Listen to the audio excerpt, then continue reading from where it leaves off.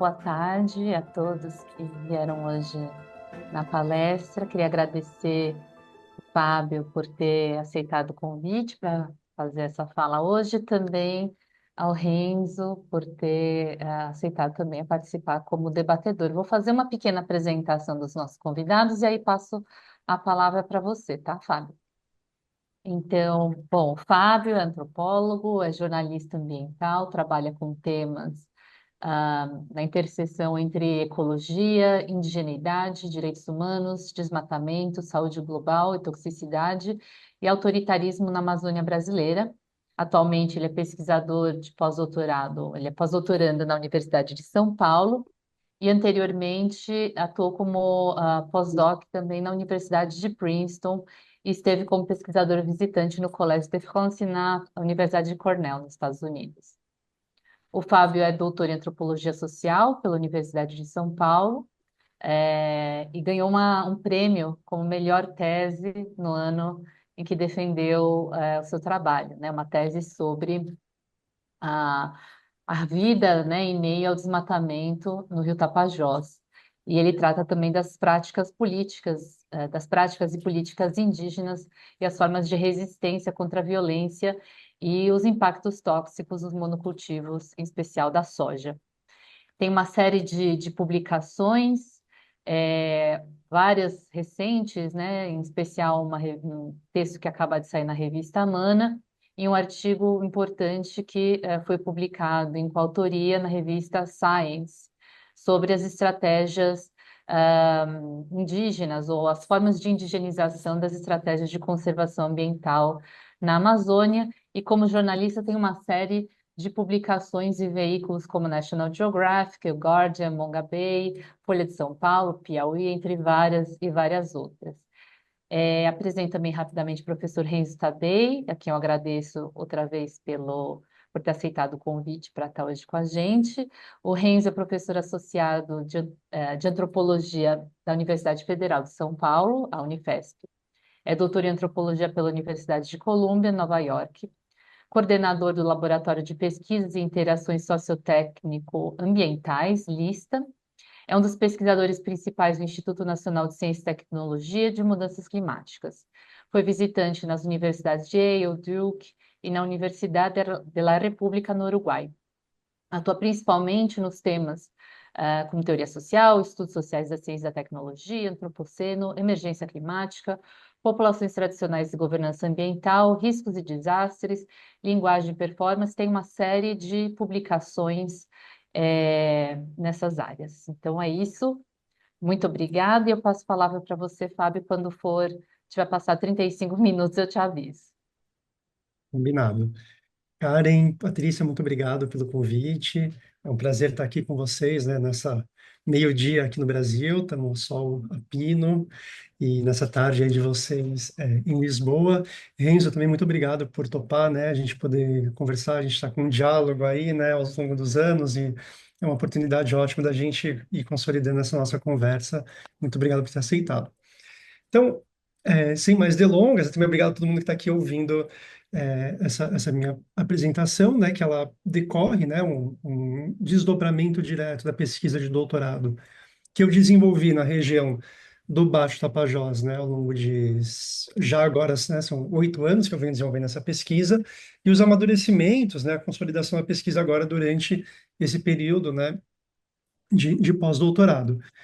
E tudo o que eu vou falar, né, toda a minha apresentação, tudo que eu poderei, né, agora durante os próximos 40 minutos do nosso debate, é, refletir, explicar, está tudo condensado nessa imagem, melhor do que eu seria capaz de falar, melhor do que eu seria capaz de discorrer.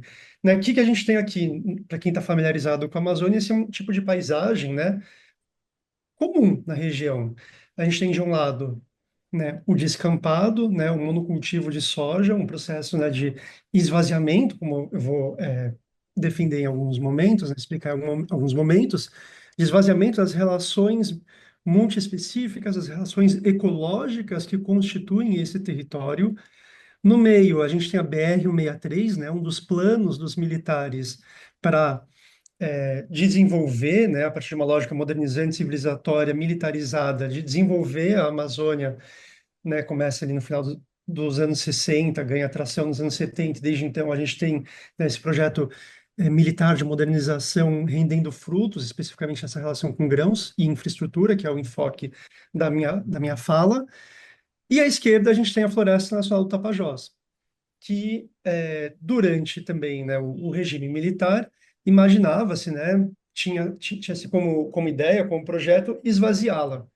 Então a gente tem aqui, né, uma dinâmica, né, própria da Amazônia, em que do lado esquerdo da rodovia militar, né, uma rodovia ligando Cuiabá a Santarém, que os militares pretendiam, no projeto Rio Branco, expandir para a Calha Norte, né, ligando até o Suriname, uma nova frente, né, de colonização e expansão.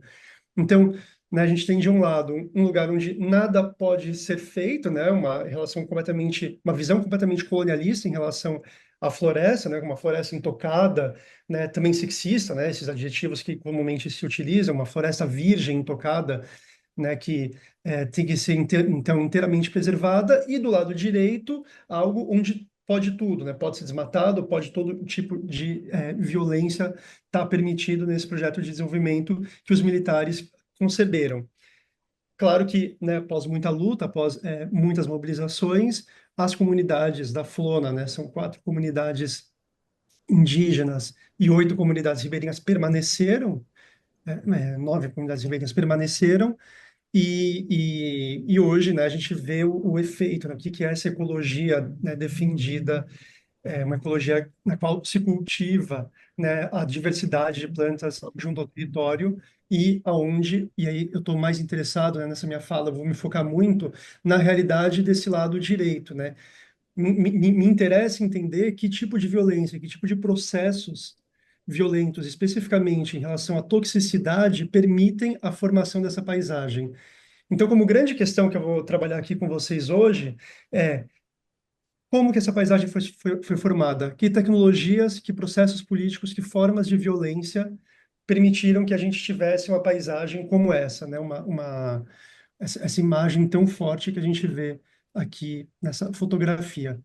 Então, né, na minha apresentação, eu vou brevemente, né, um pequeno esquema da apresentação, eu vou brevemente, né, apresentar um pouco do contexto do Baixo Tapajós. Eu não sei, né, quem dos nossos espectadores conhece, mas eu vou falar um pouco desse contexto específico, né, que é uma região que muitas pessoas se referem como o olho do furacão, ali da Amazônia, devido a uma sinergia negativa de projetos de desenvolvimento que afetam as comunidades locais. Então, a gente tem garimpo, a gente tem claramente, né, a soja, desmatamento, madeireiras ilegais. Todo mundo se lembra, né, daquela maior apreensão de madeira já registrada, né, pelo IBAMA, que o antigo ministro do Meio Ambiente, Ricardo Salles, participou ali, né, da liberação dessa madeira, ali na região do Tapajós, né, contaminação por mercúrio, uma série de efeitos, né, que acabam se acumulando na saúde, no bem-estar das populações tapajônicas, indígenas, ribeirinhas e quilombolas.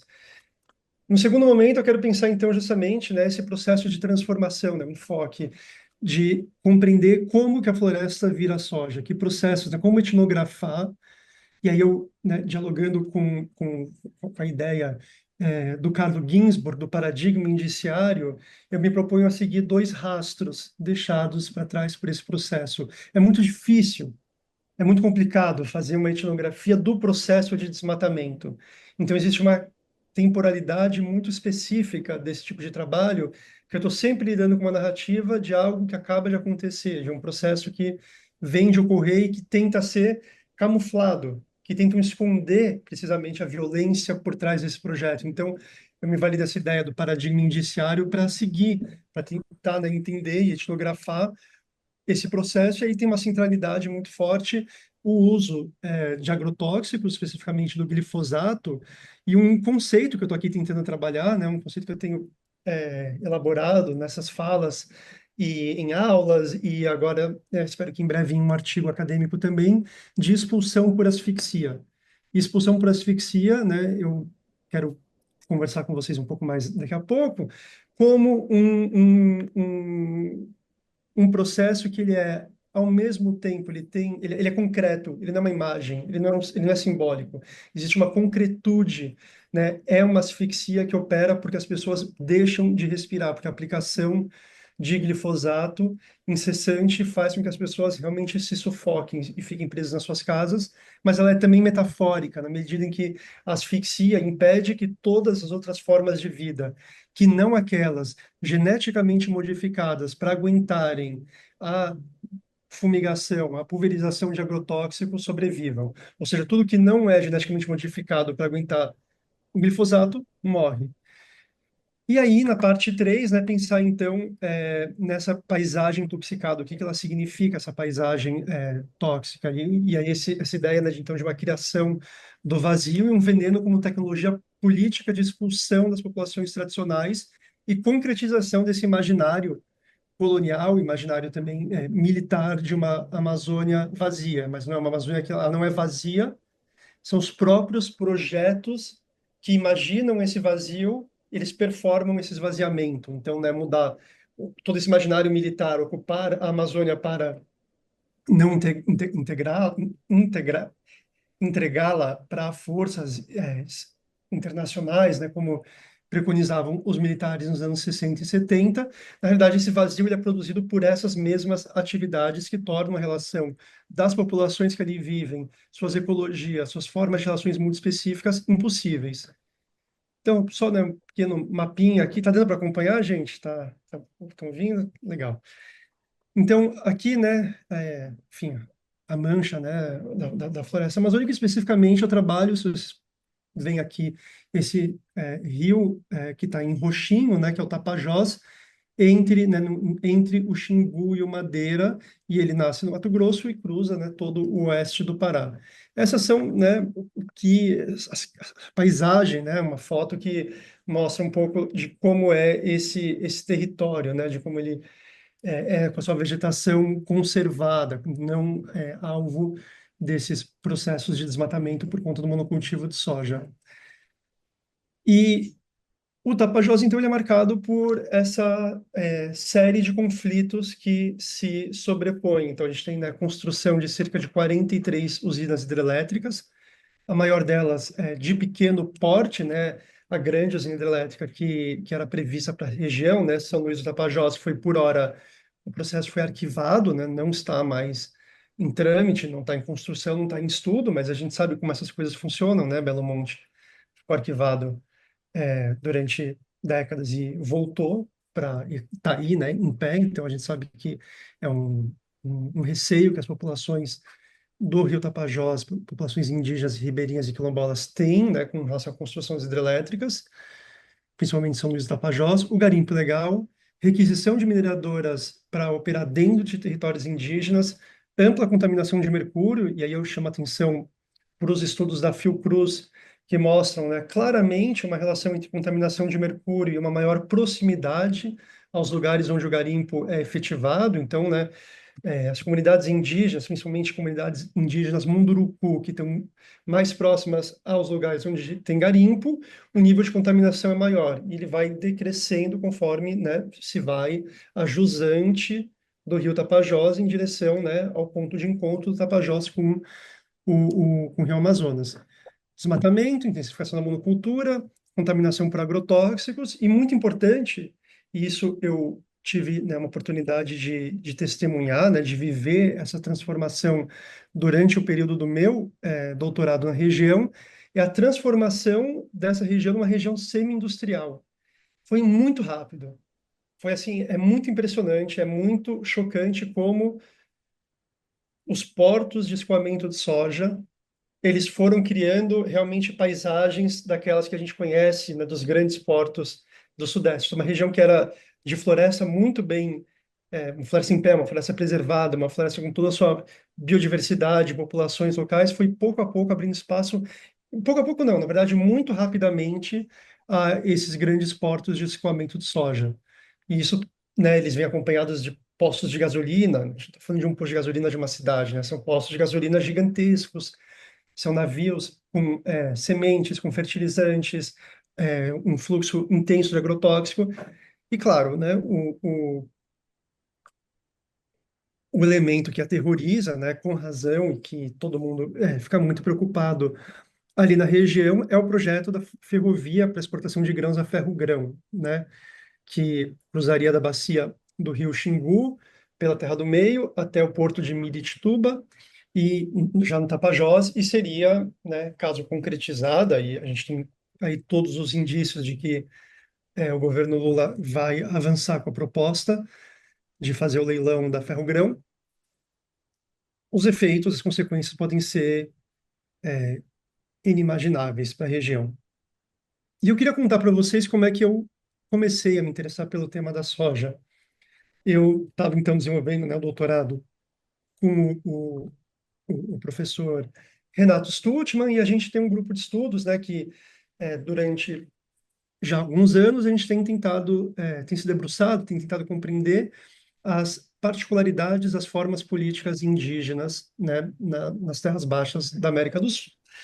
E eu estava, então, com o cacique Braz, né, que presidiu o Conselho Tupinambá até 2021, e a gente estava caminhando para um processo de autodemarcação do território Tupinambá. E, em determinado momento, o cacique Braz ele me faz um questionamento, ele me faz uma provocação. Ele fala: Fábio, imagina tudo isso daqui virando soja. E eu ainda não tinha entendido, nesse momento, a dimensão do dano, da destruição causada pela soja ali na região do Baixo Tapajós. Eu, claro, né, entendia desse fenômeno de expansão do Cerrado para a Amazônia, algo que a gente lê cotidianamente nos jornais, mas a dimensão de que, né, e aí tem um jogo, uma temporalidade e um jogo de espelhos macabro que opera. Porque enquanto os Tupinambá faziam o processo de autodemarcação do território que eu estava ali acompanhando, eles tinham receio de que o que acontece majoritariamente na margem direita do rio Tapajós, ou seja, no Planalto Santareno, próximo ali, né, às cidades de Santarém, Mojuí dos Campos e Belterra, que aquilo que eles veem quando eles vão para a cidade para fazer compras básicas, para visitar parentes, para visitar um filho na escola, eles tinham receio que aquilo pudesse se tornar a realidade deles. Então a gente olhava para essa exuberância, para esse, né, processo, né, de abrir um pequeno caminho que permitiria então, né, que essas comunidades pudessem verificar, né, a intrusão de madeireiros ilegais, de pessoas operando dentro do território que os Tupinambá estão clamando como terra indígena, e eles pensando nessa temporalidade desse futuro macabro que poderia ser então aquilo que eles veem do lado leste, do lado direito. E aí eu fiz, né, então, minha etnografia em três eixos, né? Meu doutorado ele está desenvolvido, né, em três partes. Primeiro, identitário, né? Muito comum escutar na região falas racistas de pessoas próximas ao agronegócio e seus representantes, tanto no executivo municipal quanto no legislativo ali da região, e no judiciário, dizendo que são falsos índios, né, de que esses indígenas, e eles se valem de toda uma teoria antropológica, né, Darcy Ribeiro, Gilberto Freire, alguns dos clássicos da teoria antropológica brasileira, para dizer que esses indígenas, na realidade, hoje são caboclos, que foram miscigenados, e que, portanto, o pleito territorial, né, a demanda por território não faz sentido, não tem o seu lugar, e que eles não seriam indígenas, né? Coisa que uma afronta para o movimento indígena ouvir isso, e cada vez que tenta se passar uma legislação ou uma decisão judicial, como foi o caso em 2007, né, de juiz federal que tentou passar essa legislação, essa decisão judicial referente à terra indígena Maró, o movimento indígena amplamente se posicionou contra. Depois, corporal, né, a colonização sentida como uma forma de enfraquecimento e adoecimento do corpo, diante da destruição territorial, a falta de alimentos e a maior dependência de alimentos vindo da cidade. E eu tive a oportunidade de publicar agora, como a Karen mencionou, né, gentilmente na apresentação, o artigo na revista Mana, que trata especificamente dessa parte 2 e aqui com vocês, então vamos focar, né, de fato, nesse espaço criado pelo avanço da soja, né, que opera pela toxicidade dos pesticidas.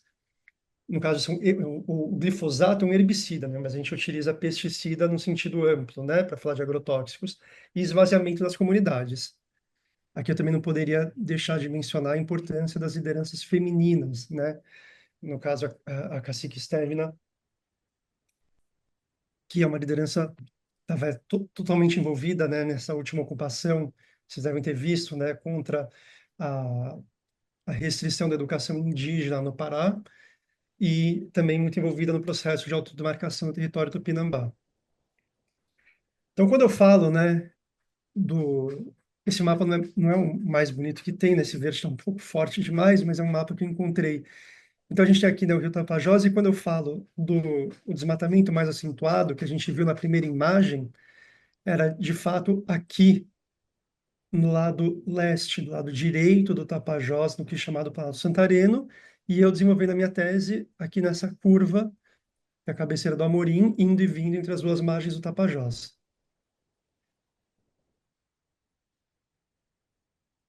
E esse é o tipo de paisagem, né, que a gente vê do chão, né, estando ali no Planalto Santareno, em oposição ao que a gente vê mais na margem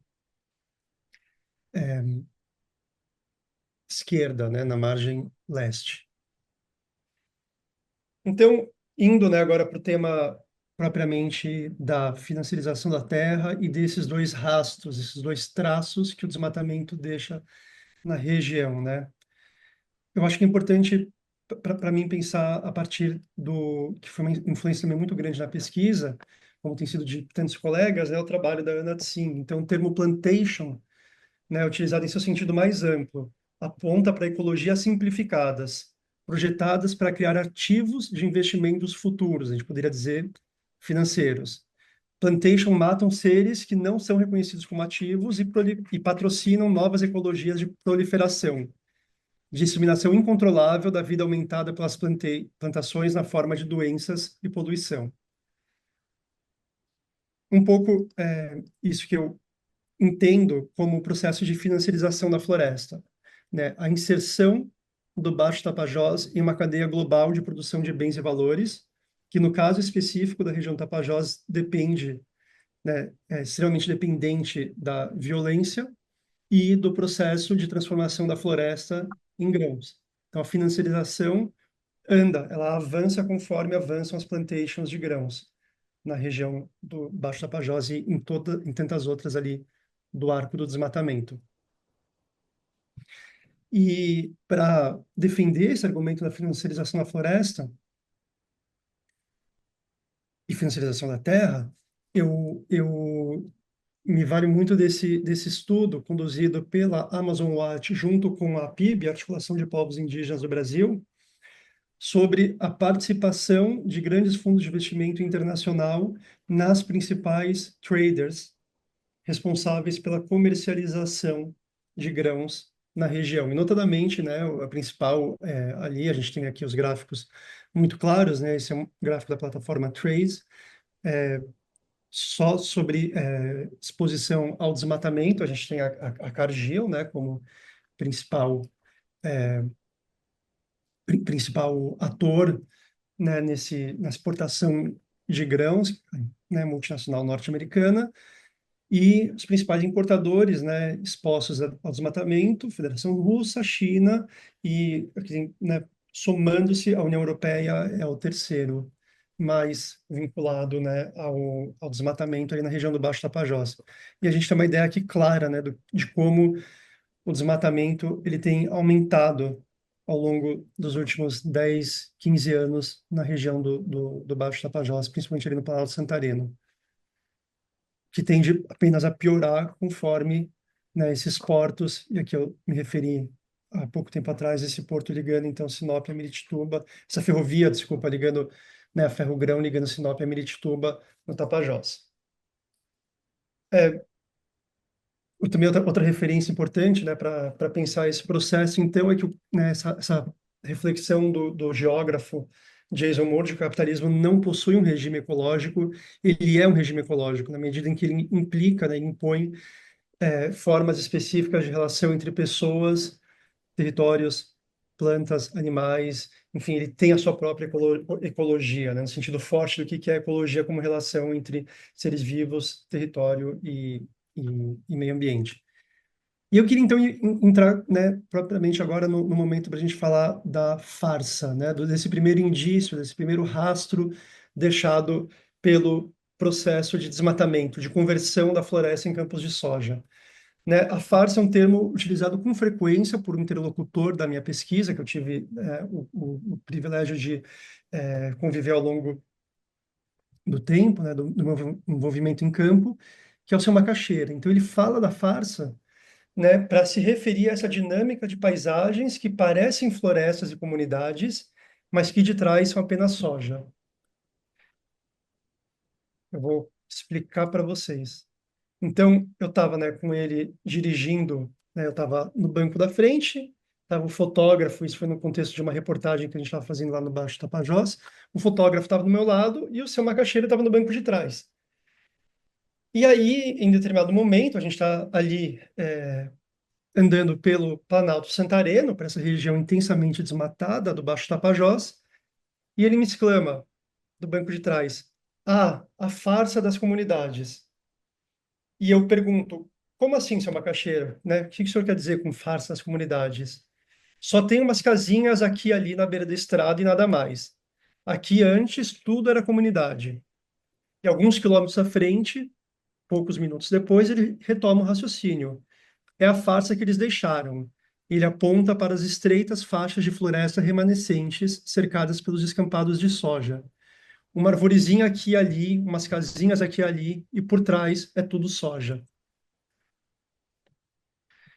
Então, esse é o tipo de paisagem, né, que a gente vê. Quando a gente está, e é importante diferenciar o plano aéreo do drone, quando a gente sobe um drone, a gente tem essa imagem, a gente tem a imagem inicial, com a qual eu abri, né, a minha fala, que é essa escola, por exemplo, Vitalina Mota, completamente cercada de soja por todos os lados. E os professores, que eu fiz entrevista em caráter de anonimato, dizendo, olha, além da gente ser expulso do nosso próprio território, a gente ainda é asfixiado no nosso próprio ambiente de trabalho. E esse, né, é o lado de trás da escola, né, que a gente tem os ônibus escolares amarelinhos, e esse é o lado da frente. E é muito comum ali na região que as crianças que estão em horário escolar acabem saindo para correr atrás dos tratores. Uma coisa de curiosidade de criança mesmo, né? E acabam sendo pulverizadas com agrotóxicos, principalmente com glifosato. Eu vou passar isso daqui. Não, e eu acho que é importante entender, né, o que, que o seu Macaxeira está chamando de farsa. Ele está aludindo precisamente a um processo de esconder a violência que forma essas paisagens. Então, né, o que ele quer dizer? Para quem está de carro, para quem está andando, não sequer consegue perceber o tamanho da violência que foi precisa para formar essas paisagens, porque à beira da estrada tudo se mantém igual. Então, eu tentei utilizar esse conceito de farsa para entender o que, que foi esse processo de desmatamento. E uma referência importante nesse trabalho foi o livro do Craig Hetherington, que é uma etnografia também das tentativas. Acho que essa foto é muito forte, né? Ela também indica muito claramente, é uma tentativa do governo do Fernando Lugo no Paraguai, né? Um experimento da esquerda aí no começo do século XX de minimamente conseguir regular a expansão da soja no Paraguai.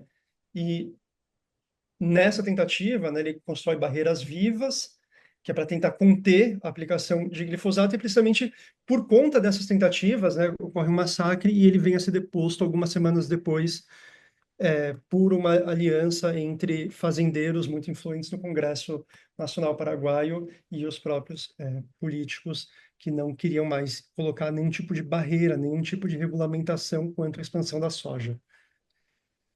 E o segundo rastro que a gente tem no Baixo Tapajós, e que é muito marcado ali na região, são os vírus. Né? Todo mundo ficou, né, minimamente interessado durante a pandemia em entender melhor como que se dá essas dinâmicas, né, de spillover, né, de salto zoonótico, em que né, um determinado vírus que circula amplamente uma população passa para outra que não tem imunidade, que não tem uma barreira imunológica contra esse vírus, e no caso do Tapajós, o que a gente tem é uma série de estudos relacionando a abertura de infraestruturas, né, que possibilitam o desmatamento, que facilitam com que mais floresta seja desmatada, com processos de spillover, de contaminações e de circulação de hantaviroses, que são roedores que encontram, né, no nicho, encontram um novo nicho na floresta recém-desmatada e diminuindo o espaço onde eles circulavam, aumenta-se o contato de trabalhadores rurais com esses roedores. Então, essa região da zona de influência da BR-163 é um dos pontos focais, é um dos pontos que a Fiocruz, de mais agências que fazem monitoramento, né, de epidemias no Brasil, tem um olhar, tem um enfoque, precisamente por conta dessa dinâmica de que o desmatamento causa mais estresse e faz com que essa comunidade de roedores entre em contato maior com com os trabalhadores rurais, com as comunidades indígenas e ribeirinhas. E aqui, claro, uma das referências para essa parte, né, eu faço uma análise cruzada com o argumento do Rob Wallace quanto ao surto de ebola na África. E o Rob Wallace defende que o que muda especificamente não é o vírus, não foi o ebola que mudou nesse segundo outbreak, né, nesse segundo momento de contaminação que a gente viu na década passada, o que muda é a relação de financiarização do território.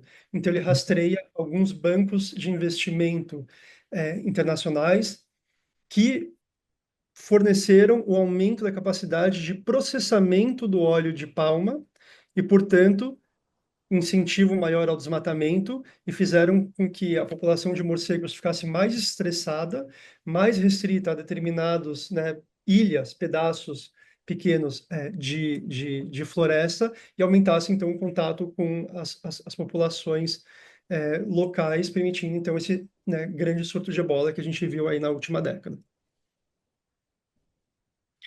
Então, o que eu faço ali no Tapajós, o que eu tenho tentado defender e realizar, é precisamente realizar uma etnografia multiespécie. Mas a gente geralmente fala de etnografia multiespécies, né, olhando muito para o lado da resistência multiespecífica, né, de espécies companheiras, espécies aliadas. E eu estou tentando olhar como que essa relação multiespécie é a partir da relação fazendeiro, plantas e veneno, olhar principalmente como que o espaço da expansão da soja é construído e que tecnologias políticas estão implicadas no processo de feição dessa paisagem de farsas e de constituição de uma ecologia propícia ao surgimento de novos vírus, de emergência, de spillover, né, de emergência viral.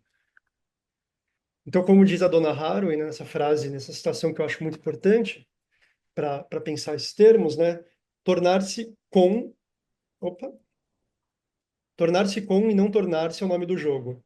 As espécies companheiras estão implacavelmente tornando-se com.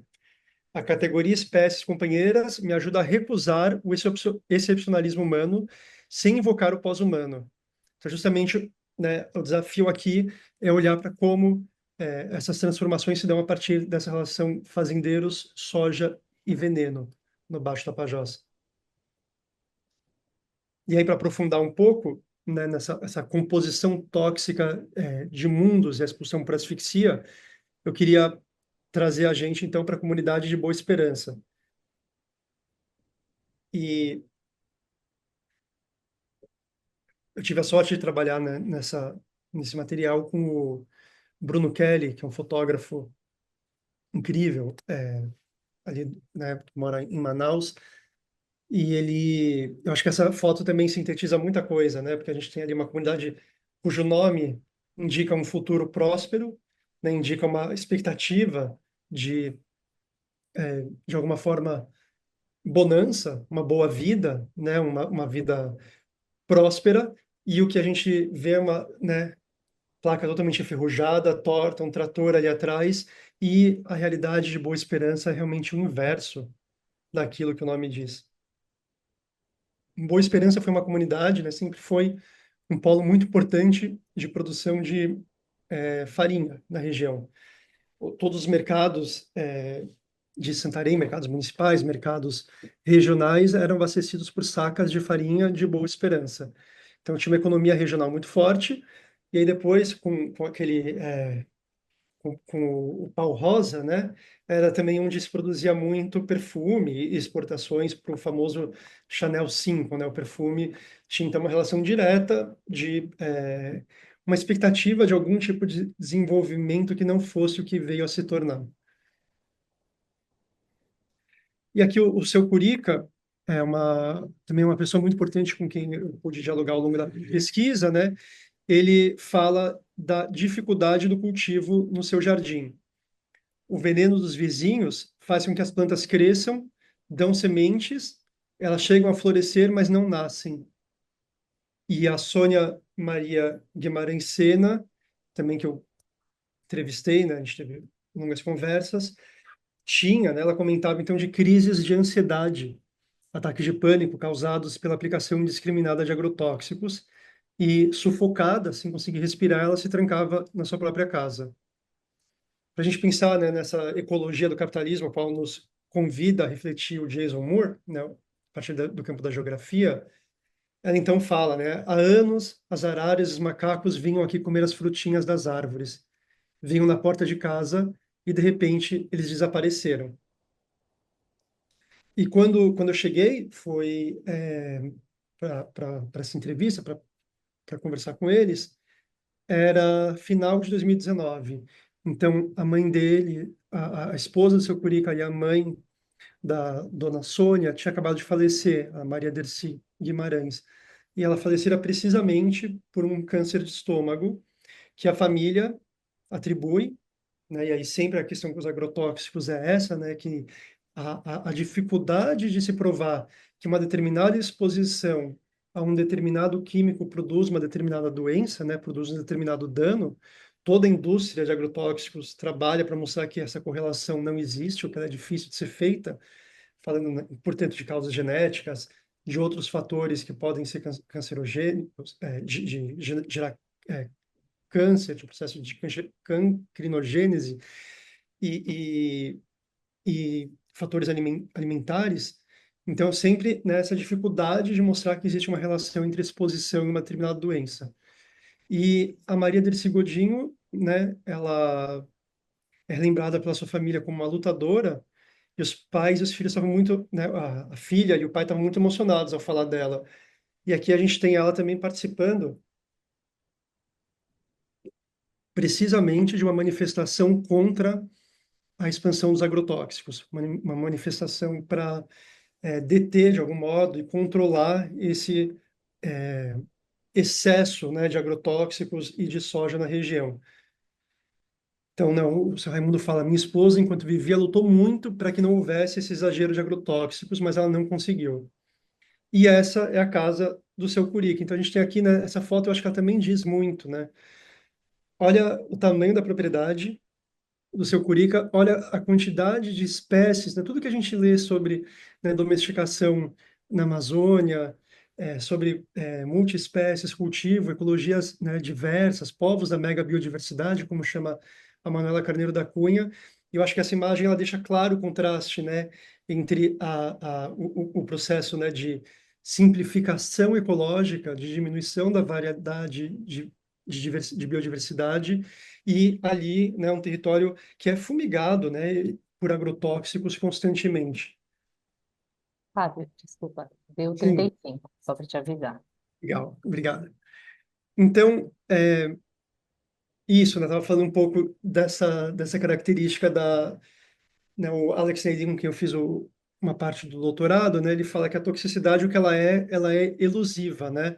Ela é de difícil captação, muito difícil você mostrar qual que é o efeito concreto de determinado produto químico, de determinado agrotóxico. E, ao mesmo tempo, ela segue um padrão global, né, de dano ligado a uma supremacia branca, ao racismo, ao colonialismo, à exploração colonial, e eu acho que a gente poderia também colocar aqui o racismo ambiental.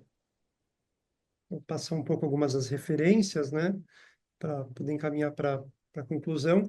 E aqui também é importante a gente mencionar, né, que no Baixo Tapajós existe uma importante população quilombola, são 12 comunidades quilombolas, e esse particularmente, né, a liderança do Bonja, quilombo do Bom Jardim, que tem uma parte do território ocupada, né, invadida por sojeiros. E aí o Dileudo, né, essa liderança quilombola, fala que o povo vinha para cá como escravos, se localizavam nas áreas aqui embaixo, de baixo, e tinha gente que ficava na parte mais alta da serra, né, trabalhando lá durante o dia, porque facilitava uma visão de se alguém chegava pela água, né, alguém que pudesse querer capturá-los, né, enquanto estavam com quilombos fugindo do cativeiro, do processo de escravidão. Então já chegava, já avisava as pessoas, olha, estão chegando tal ali e aqui. E aqui a gente tem uma imagem muito clara, né, do que é esse quilombo, a parte mais alta e ali o Lago do Maicá. Então, né, essa parte do território à direita que a gente vê invadida pelo agrotóxico, desculpa, pela plantation de soja e com uso intenso de agrotóxicos. E eu acho que tem também e do lado esquerdo a gente também vê uma outra área ocupada. E é muito, particularmente violento o processo para esse quilombo, o quilombo do Bonja, porque essa diferença de nível, né, entre a parte que estava no Planalto e a parte que estava junto ao lago era o que permitia, então, avistar um perigo iminente. E hoje se transformou numa fonte de contaminação tóxica, porque todos os cursos d'água que correm para o lago do Maicá acumulam a toxicidade que cai ali onde eles vão buscar peixe, ali onde eles têm as suas plantações, né, suas roças e os seus cultivos.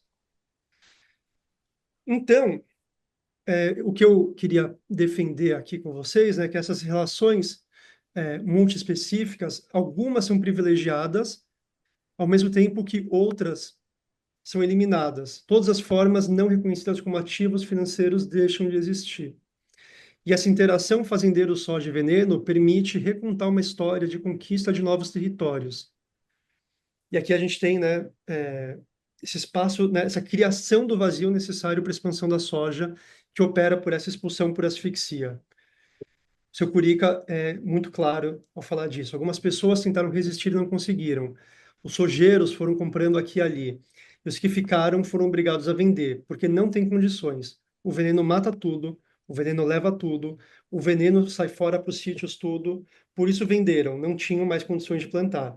Então são pessoas que são sufocadas nos seus próprios territórios e são obrigadas a deixarem, a ir para as periferias de Santarém, Manaus, Belém.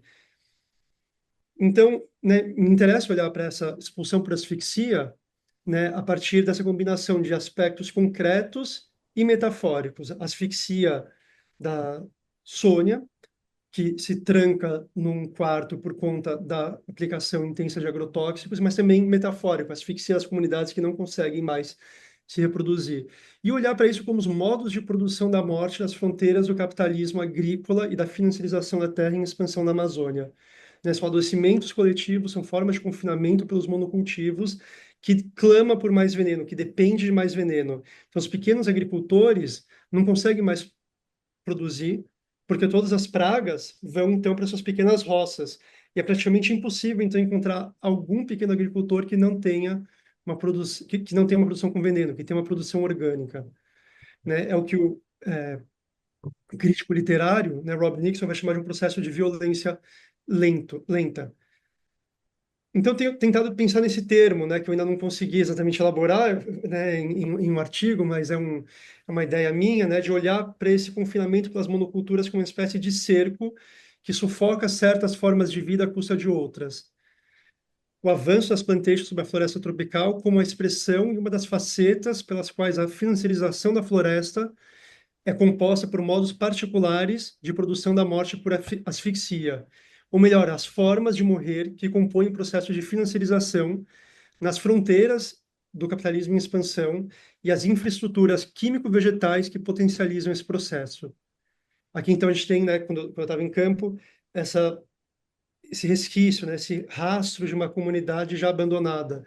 Foi o seu Curica que levou a gente lá, ele queria mostrar para a gente o que era, né, essa comunidade. Chegamos lá, já tinha sido esvaziada, já estava sendo tomada pela relva, e com toda certeza já é um campo de soja.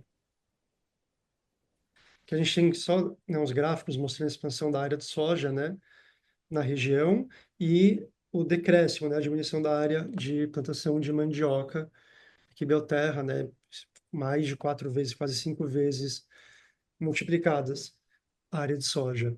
Então, me interessa olhar para isso, para o capitalismo de fronteira colonial, né, conforme a Michelle Murphy defende, um capitalismo conforme expresso pelas suas relações químicas nas fronteiras em expansão. E, por fim, eu acho que esse outro elemento, né, que fica como um segundo argumento, né, mas que não é o argumento principal que eu tenho feito nos artigos, que eu faço nas apresentações, mas que é que o agrotóxico, e aqui eu já caminho para a finalização, né, da minha fala, o agrotóxico ele permite a gente entender como em outros momentos houve também um processo de esvaziamento, né, da floresta amazônica. Ele concretiza o imaginário de uma floresta vazia. E aqui a gente tem também esse histórico, né, do governo, já antes do governo militar, né, já na marcha para o oeste, de colonizadores que jogavam nos seus aviões roupas contaminadas com vírus da gripe, do sarampo e da varíola, com a conivência do governo federal, né, para avançar sobre territórios indígenas. Isso ficou muito claro no relatório da Comissão Nacional da Verdade, né, a partir também de dados do relatório Figueiredo. Também, durante né, a ditadura militar, entre os Aimiri e a Troari na ditadura, né, agrotóxicos sendo utilizados como armas químicas, né, para avançar projetos de colonização da construção da BR-174 e muito próximo ali também a hidrelétrica de Balbina. E um caso clássico, muito bem documentado pelo arquiteto e pesquisador Paulo Tavares, né, que é do território Maraguatsed, né, que ele é esvaziado e a FUNAI emite uma certidão negativa do território vazio no dia depois que esse território é esvaziado e os chavantes são levados para a terra indígena São Marcos. Então, é isso. Eu acho que eu falei bastante, né, o que tinha interessado. Então, eu olhar justamente, né, esse processo que relaciona investimentos financeiros, infraestrutura logística e esse conceito de expulsão por asfixia, né, os modos de matar que compõem as fronteiras do capitalismo financeiro em expansão. E o que é essa ecologia que se cria na região, né, de uma vida forjada na violência química contínua de expansão dessas fronteiras agrícolas no Baixo Tapajós. E para terminar de um modo um pouco menos sombrio, um pouco menos tóxico e contaminado, né? Uma parte grande da pesquisa também é sobre as lutas, né, Tupinambá e de outros povos indígenas para manter o que eles denominam então de território vivo, um território que se constrói, né, que se defende em oposição a essa forma de indução química da morte que a gente vê ali no lado direito, principalmente, né, no Planalto Santareno, em que todos esses danos e violências causadas pelo veneno, pelos agrotóxicos na transformação da floresta em campos de soja, e o território vivo pelo qual se luta aqui nessa imagem, né, um pouco mais cheia de vida, para não terminar tão sombrio. Então, é isso um pouco da apresentação. Obrigado, gente. Obrigada, Fábio. Eu vou passar a palavra então para o Renzo, para ele fazer os comentários à sua apresentação, e depois eu abro para as perguntas. Quem quiser fazer perguntas pelo chat, eu posso ler, ou senão a gente depois abre uma roda de debates, e aí, conforme as pessoas forem se inscrevendo, eu chamo cada um. Te passo a palavra, Renzo. Obrigada. Obrigado, obrigado, Karen, obrigado, Fábio. O Karen, você sugere que eu fale por quanto tempo? Bom, acho que você fica à vontade para falar conforme você se organizou para isso. Eu imagino uns 10, 15 Tá minutos, bom, pode ser? tá. Talvez seja menos ainda. Bom, de novo, muito obrigado, Fábio. É muito, muito impressionante, ainda que não seja novidade, né? Tem essa, sim, tem algumas novidades que você traz, mas o fato é que quem mora no Brasil acompanhou, né, os retrocessos políticos no que diz respeito à aprovação de uso de agrotóxicos, né? Além do glifosato, uma grande quantidade de agrotóxicos no governo Bolsonaro, né? Eu, na verdade, não sei se houve algum trabalho pelo governo Lula de desfazer o que foi feito no governo Bolsonaro com relação aos agrotóxicos, né? Mas o seu trabalho me, me coloca uma série de questões interessantes e ao mesmo tempo, né, enfim, tentando entender, né, e desdobrar a complexidade do fato de que, ou seja, o quanto a violência da fronteira colonial, né, de alguma forma existem mecanismos de invisibilização disso no que diz respeito ao debate público, né? Assim, a despeito da quantidade de energia que existe por parte não só de cientistas sociais, mas também de uma quantidade muito grande de jornalistas, né? E aí é muito interessante a sua inserção nessa questão como alguém que é jornalista e que também é cientista social, né? Então, eu estou pensando, por exemplo, né, não só em coisas como, né, o trabalho do Dom Phillips, né, que foi assassinado pelo trabalho que estava desenvolvendo junto com o Bruno, né?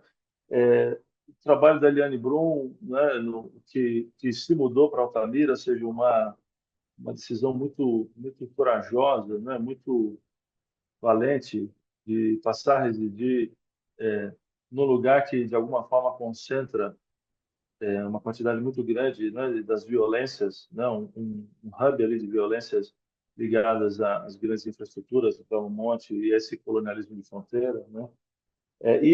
Mas também, não é, existe um livro que foi lançado recentemente, eu não sei se você teve a oportunidade de ler esse livro, né, que é O Silêncio da Motosserra. É um livro do Cláudio Ângelo, né, do Instituto Socioambiental, com a ajuda do Tasso Azevedo. E a razão pela qual eu estou mencionando esse livro, né, é que o Cláudio Ângelo ele faz um esforço, é sobre desmatamento, né, não é sobre a questão do veneno, mas ele faz um esforço de tentar conectar a escala, né, a escala da floresta, né? Ou seja, a escala da onde as árvores estão sendo destruídas, com outras escalas políticas, né? Tentando entender aonde é que as coisas do ativismo se articulam ou se desarticulam, né? Então, tem duas coisas que eu queria te perguntar, não é? Aliás, deixa eu só mencionar uma outra coisa também, né? Existe um trabalho que eu conheço por ter me envolvido, né, de alguma forma, ainda que indiretamente, que é o trabalho de um antropólogo que defendeu o seu doutorado na Unicamp há alguns meses, né, que é o Rodrigo Ribeiro, e ele trabalhou com o Mauro Almeida da Unicamp, junto à comunidade de caiçaras da Jureia, e ele desenvolve na tese dele um conceito interessante, que é o conceito de expulsão por cansaço, né? Eu acho que tem muitas relações produtivas com o seu conceito de expulsão por asfixia, ainda que no caso dele o cansaço é um cansaço decorrente da violência oficial, né? Ou seja, ele está se referindo mais especificamente à Fundação Florestal, que é o órgão do governo do Estado de São Paulo, né, que gere, de alguma forma, as áreas de proteção, né, e a relação desse órgão com a Polícia Ambiental e como as comunidades caiçaras são fruto de violência sistemática e uma violência que produz esvaziamento também, né? Mas é um esvaziamento, é uma violência mais explícita. É muito interessante o seu trabalho, no sentido de como essas relações multiespécies, né, existe um agenciamento de violência que acaba se dando através da mediação de substâncias e de objetos, né? Ou seja, uma relação que envolve elementos não humanos aí, né? E a questão do glifosato é super importante, né, na forma como esse esse essa profecia auto-realizante, né? Como dizem os americanos, né? Self-fulfilling prophecy, de chamar de considerar um determinado território como vazio, ao mesmo tempo que a ação desses agentes produz o esvaziamento, né? Bom, enfim, então, assim, uma coisa que eu queria te perguntar, porque além de tudo isso diz respeito a questões metodológicas que são interessantes, né? É como você concilia a identidade de jornalista e a identidade de cientista social, né? Como é que você entende as relações entre... Porque você, pelo que eu entendi, né, e você já me falou sobre isso anteriormente, já me mostrou alguns materiais, etc., você trabalha ao mesmo tempo fazendo as duas coisas, né? Ou seja, a sua atividade de campo produz textos que são jornalísticos e produz, né, textos e outros produtos que são científicos, né? Agora, o que que diferencia, né? Como é que você entende a relação entre a sua atuação como jornalista e como cientista social? E aí, uma das razões pela qual eu estou perguntando isso é porque eu acho que falta, inclusive, nas ciências sociais, elementos do debate que existe nos estudos de jornalismo que são muito importantes, né? No que você colocou, como, por exemplo, questões de enquadramento, né? Ou seja, por que é que quando a população do Sudeste vê aquela foto que você mostrou, a primeira foto, né, em que o lado esquerdo da floresta tem uma estrada no meio e o lado direito é desmatamento, por que que a população não vê, não reconhece imediatamente a violência existente naquele cenário, né? Existe alguma coisa que faz com que a violência não seja detectada. A população do Sudeste vê monocultura e não enxerga a violência. O indício, né? Você mencionou a questão do paradigma indiciário. Na monocultura não é indício de violência. Então existe alguma coisa, né, no encadeamento das relações sociais que produz essa invisibilidade, né? Na forma como as coisas ocorrem, né? E, e aí eu fiquei pensando, né, em termos de teoria social, eu fiquei pensando quando a gente olha, né, essa situação pelo seu trabalho, o quão visível e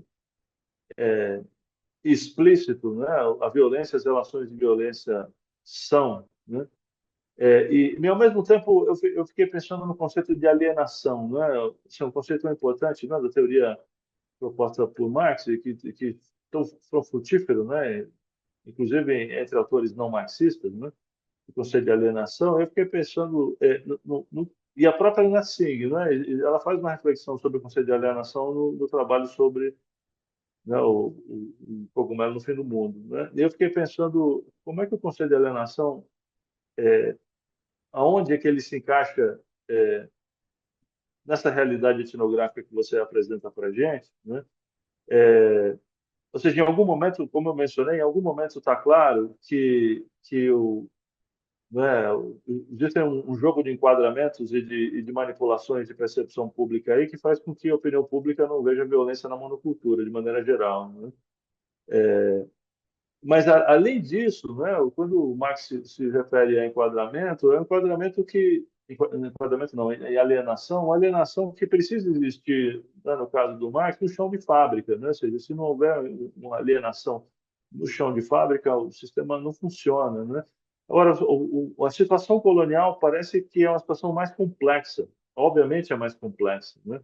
Porque existe o que você está descrevendo uma situação da existência corporativa ali, onde certamente existe essa questão. Existem documentários interessantes, né, que foram recentemente lançados, né? O ano passado, a Chai Suruí, não lembro o nome, eu acho que chamou Território, se eu não me engano, né? O documentário da Chai Suruí, que é muito interessante como o documentário começa conversando com um dos matadores, né?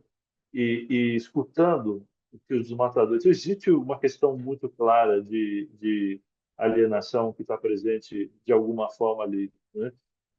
Mas no seu caso, é, os agentes com os quais você conversa parecem ser eles são hiperconscientes porque eles sofrem, não é? Eles entendem a causa do próprio sofrimento, né? As relações são bem mais claras para eles, né? Então, parece que a alienação se desloca de alguma maneira para outro lugar, né? Ou seja, a violência colonial, ela tem além isso, inclusive essa dimensão de mais horrenda, né? Ela nem se envergonha da própria violência, não é como, por exemplo, né, o patrão da fábrica, né, no contexto marxista, existia também dentro de uma ideologia, né, de alienação, né? O próprio Paulo Freire fala disso, né? Quanto a alienação é uma coisa que afeta o patrão também, né? Não só o empregado, né? No caso que você descreve, é como se a violência fosse mais explícita e como se a Cargill e as demais corporações não tivessem a menor vergonha talvez em virtude, inclusive, de confiarem bastante que, em algum momento, né, numa escala um pouco maior, seja de relações políticas, seja de como o que acontece no campo acaba ganhando outros enquadramentos à medida que isso passa a existir no debate político mais amplo no Brasil e que essas coisas vão ser desarticuladas, né? Ou seja, o grau né, de clareza e de imediatismo com que a violência se manifesta em algum momento vai desaparecer, né? Isso vai chegar no debate público esvaziado, né? Talvez isso ainda dê, né, às corporações que se engajam nisso tudo, né, uma falta de vergonha com relação à violência que é produzida no campo. Não sei, né? Quero te ouvir com relação a isso. Agora, você mencionou o Jason Moore, e me fez lembrar um outro autor, né, que, em geral, nesses debates sobre antropoceno, capitaloceno, negroceno e outros cenos, né, que é o Timothy Morton. Timothy Morton, ele, ele tem um conceito interessante, que é um conceito de hiperobjeto, né? E hiperobjeto é um conceito importante porque lembra a gente, né, que existem alguns fenômenos com os quais a gente inevitavelmente tem que lidar, que são muito difíceis de serem pensados, né, que são difíceis de terem nosso trabalho cognitivo é mais complexo, né? E aí o Timothy Morton fala de coisas como mudança climática, atmosfera, os oceanos. A gente não tem como, quando a gente fala oceano, a gente não está pensando no oceano em si, né, na sua totalidade, porque o oceano é impensável. Da mesma maneira como a mudança climática é impensável, né? Não cabe na nossa cognição uma coisa daquele tamanho, né? E eu fiquei pensando em que medida a própria floresta é um hiperobjeto. E em sendo hiperobjeto, né, quando alguém olha aquela primeira foto que você mostrou, o lado direito é muito mais fácil de ser processado cognitivamente do que o lado esquerdo. No lado esquerdo, a menos que a gente use, né, estratégias de cognição todas baseadas em estereótipos e em categorias simplificantes, né? Ou seja, que não fazem jus à maneira como a gente passa a perceber floresta quando a gente escuta, né, os povos indígenas, quando a gente lê, por exemplo, Davi Copenau, ou quando a gente, né, conversa com populações ribeirinhas, né, em que a floresta, enquanto floresta, só é evocado no momento em que passa a ser tema de algum embate político em escala maior, né? Ou seja, o que existe dentro da floresta é uma quantidade imensa de relações complexas, né? Que não precisam, que não demandam essa totalização em torno da categoria floresta, né? Então, assim, a categoria floresta como hiperobjeto faz com que o próprio, me parece, né? Não sei se você concorda com a forma com que o Timothy Morton coloca, da forma como ele teoriza, né, o conceito de hiperobjeto, ou se usar isso aqui, né, ajuda ou não ajuda. Talvez não ajude, não sei, né? Você com a sua experiência etnográfica, talvez tenha pensado nessas questões, né?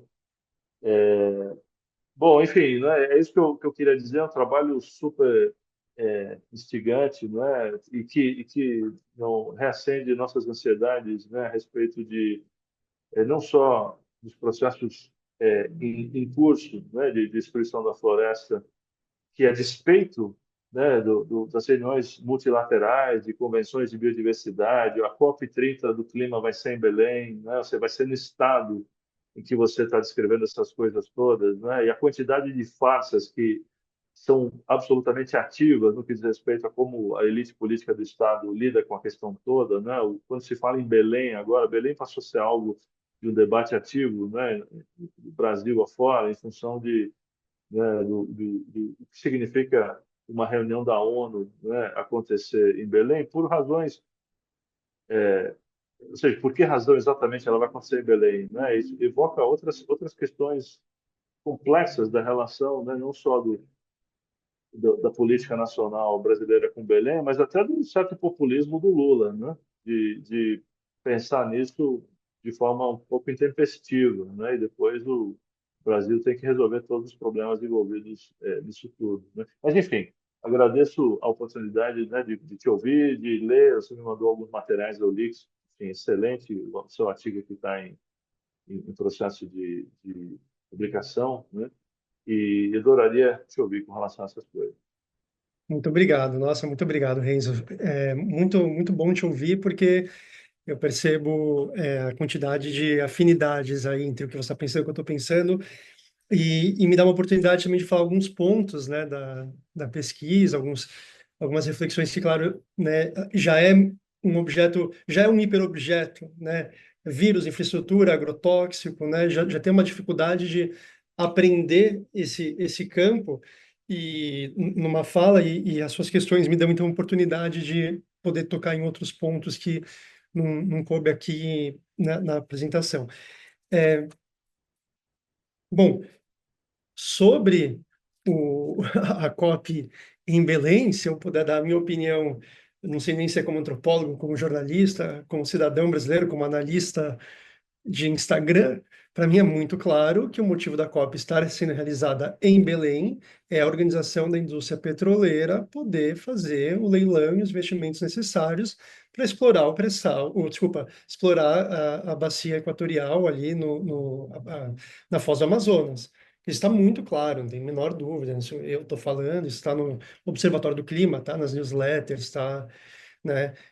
Foi em Baku a última, primeiro petroestado do mundo, né, onde a ideia de petroestado surge, né? Baku, anterior, foi no Catar, talvez o segundo maior petroestado em termos de influência global, atrás apenas da Arábia Saudita, e agora é realmente para trazer a indústria petroleira para a Foz do Amazonas. Eu acho que esse é o real objetivo da COP. Mas, enfim, essa é uma opinião aqui que eu acho que é importante a gente ter um olhar crítico, né, para também né, os processos de descarbonização, o Brasil muito bem posicionado para poder liderar esse debate, e, infelizmente, o governo que poderia se apropriar desse processo indo aí na contramão de o que vai ter que ser, né? Não tem escolha, não é, isso é coisa de esquerdista, isso é coisa de ongueiro, isso é coisa do PT, e não, vai ter que ter.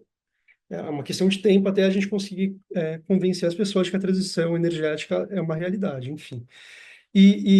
Bom, hiperobjetos. É muito legal que você mencionou o trabalho do Timothy Morton, porque, na realidade, eu utilizei hiperobjetos para falar da soja. Então, você está falando, né, de hiperobjetos. Na tese, a soja é um hiperobjeto. Eu não trouxe aqui porque, né, já tem muitos conceitos, e que me importava mais é realmente trazer a etnografia com algumas citações, né? Mas pensar, então, a soja como hiperobjeto, estou aqui até trazendo um trecho da tese, né? É olhar a soja como um personagem, a sua distribuição massiva e a miríade de aspectos envolvidos na soja, a partir da soja, que implicam um desafio à capacidade de aprendê-la com o objeto, mas ainda assim a sua existência exerce uma agência para além do controle humano.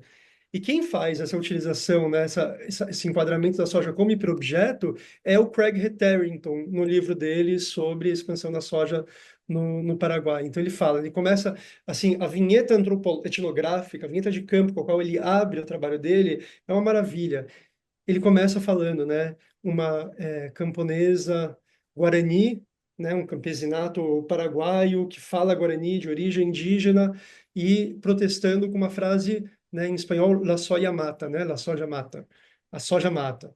E ele tem páginas e páginas dessa abertura, tem que entender, mas, quer dizer, não é um simples animismo, né, de atribuir, bom, uma agência, a soja mata, mas por que que essas populações, né, estão atribuindo esse sentido que a soja mata? E a transformação que a soja, que o avanço da soja, né, me faz lembrar um pouco, né, para quem lembra, assim, né, gosta desse momento, né, de modernização, de urbanização, né, o trabalho de um historiador brasileiro chamado Nicolau Shevchenko, né, quando ele fala Orfeu estático na metrópole, né, que as pessoas ficavam extasiadas, não conseguiam entender o que era tamanha velocidade, tamanha transformação que a modernização de São Paulo e tantas outras metrópoles, né, europeias, globais, produziu. Né, esse sentimento de estar deslocado em relação ao tempo. E a soja é isso, a soja ela causa, né, a chegada da soja causa uma transformação vertiginosa nessas relações ecológicas, de saúde, de plantio, das relações das comunidades. Então, eu acho que entre comunidades, entre territórios. Então, acho que pensar em hiperobjetos, eu acho que faz muito sentido. E realmente você me colocou um desafio aí, então, que eu vou amadurecer essa ideia, né? Então, pensar também a floresta como um hiperobjeto, né? O que significa olhar esse conflito, né, entre uma ecologia voltada, né, ecologias voltadas à produção da biodiversidade, né? Acho que territórios vivos, os Tupinambá falam com muita ênfase, são territórios dedicados à multiplicação das formas de vida, né? Um territórios onde existe um espaço para multiplicação da vida, enquanto E aí, como né, estás? Tudo bem? esse acho que tem alguém falando aqui junto.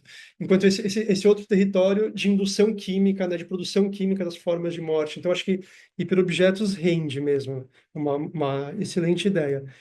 É, e conceito de alienação é isso, né? Tá ali no tomo 2 do Capital, se eu não me engano, capítulo 8, o processo dos enclosures, né? Dos cercamentos. E tem muitos autores, né? Essa é uma biografia muito boa, muito rica, muito ampla, que vai demonstrar, né? E principalmente da geografia, né? Fiz meu doutorado em antropologia, né? É uma etnografia, mas eu tenho um diálogo muito intenso com os geógrafos que estão olhando para esse processo, né? De acumulação e espoliação. A gente tem o Jason Moore, né? Geógrafo marxista. Tem todo um pessoal na USP, na Universidade de São Paulo também, o Fábio Pita, e alguns outros geógrafos que estão olhando para esse processo de acumulação do capital via desmatamento. E me fugiu o nome do geógrafo marxista da CUNY também, que relê Rosa Luxemburgo, enfim, que David Harvey. David Harvey, obrigado, que então vai falar justamente, né, da crise do capital, de não ter mais produção de valor e necessidade de obter mais territórios na expansão do capitalismo.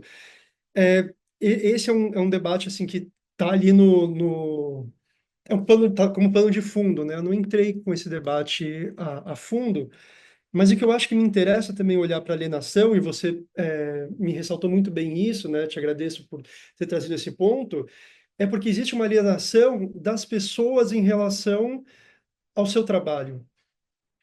E isso sim eu consegui ter dados etnográficos para trabalhar, que é uma pessoa como o seu Curica, uma pessoa como o seu Macaxeira, eles são especialistas na floresta, no plantio, na caça, na pesca. O tipo de conhecimento, né, e eu acho que essa é uma das coisas mais interessantes de fazer campo na Amazônia, que a gente também se transforma, né? A gente também é afetado e aprende a olhar essa mata, esse hiperobjeto, que a gente não tem essas mediações, como você, né, falou, essa capacidade inteligível, a gente aprende muito, né? A gente vai caminhando, vai fazer caça à noite, vai pescar de madrugada e vai aprendendo. E o que eu acho, né, que é um processo de alienação em relação ao próprio trabalho e à própria terra, é as pessoas serem forçadas a irem para uma cidade, viver nas periferias das cidades amazônicas, onde elas são desprovidas. As pessoas não são burras, elas são extremamente inteligentes, são extremamente capazes, elas são extremamente hábeis no seu entorno, no seu território.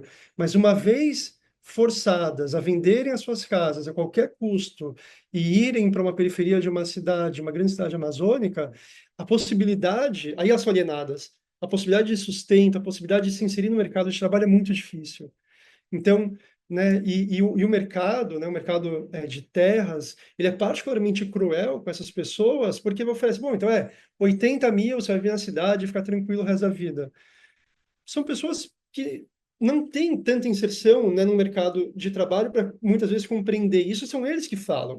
O seu Curica fala, olha, você promete 80 mil, 90 mil, a pessoa fica achando que vai viver na cidade por o resto dos dias, e na verdade esse dinheiro acaba. Então é um processo de alienação no sentido mais profundo mesmo da palavra, como você trouxe. E aí eu acho que para a gente pensar em teoria social, né, dialogar com alguns outros autores clássicos do pensamento social, eu acho que essa a minha pesquisa, né, o meu trabalho, a tese em si, eu vejo ela como uma tese muito benjaminiana. Eu tentei escrever ela em fragmentos, eu tentei e olhar isso, né? Então, esse campo de monocultura, ele não é percebido como violento, mas ele é simultaneamente um objeto da civilização e da barbárie, né, para utilizar a reflexão do Walter Benjamin. Então, eu abro a tese com o anjo da história, com essa ideia de progresso, com essa ideia de desenvolvimento que olha para trás e deixa um rastro de violência.